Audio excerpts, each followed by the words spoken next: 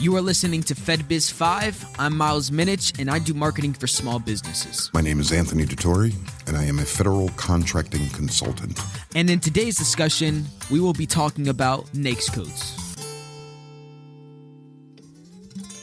Hello, and welcome back to FedBiz 5, where you get informed, get connected, and get results. We're going to jump straight into the subject today.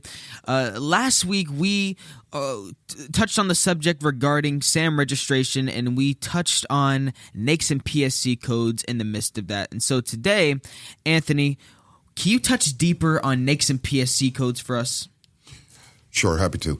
NAICS is the North American Industry Classification System code. It is a 6-digit code.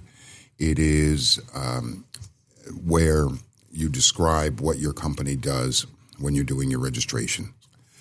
Now, I'm going to talk about NAICS codes today. Next time we'll talk about PSC codes. And PSC codes are product and/or service codes. They are equally important, and they deserve their own space. NAICS codes. NAICS code, as I mentioned before, is a 6-digit code that identifies your industry. The first two numbers of the NAICS code are significant because they will identify your sector. For instance, if you are 23, if it starts with a 23, it's construction.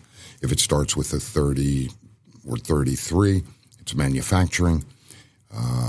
40s are wholesale, retail, mostly 48, 49 is transportation, but that's the way it works down. Services are typically start with a 51, 52, that sort of thing. So you can identify what your NAICS codes are by going to census, census.gov/NAICS, NAICS.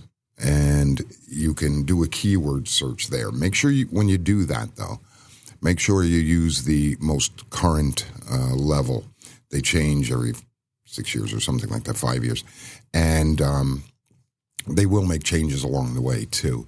But you can go in there. So find the year closest to the year you're looking and put in the search, the keyword.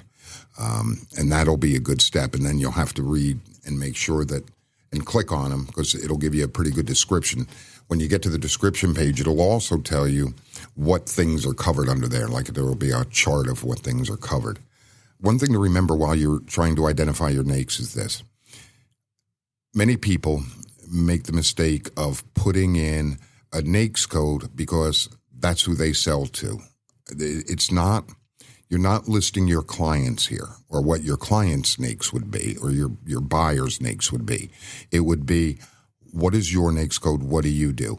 If you give the impression, particularly in the early going, if you have NAICS codes that are all over the place, just all over the place, it will give the impression that you're not focused. So think about, when you're identifying your NAICS codes, think about what do my business actually want to sell to the government, whether it's goods or services, and stay focused on that. Less is more in this instance. That focus is very, very important.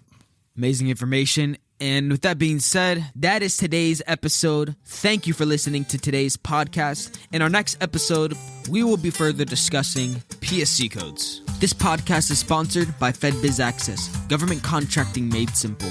For more information, visit fedbizaccess.com. That's FEDBIZ access.com. Our phone number is 877-376-4249. The extension code is 407. Thank you guys for listening, and we'll see you in the next episode.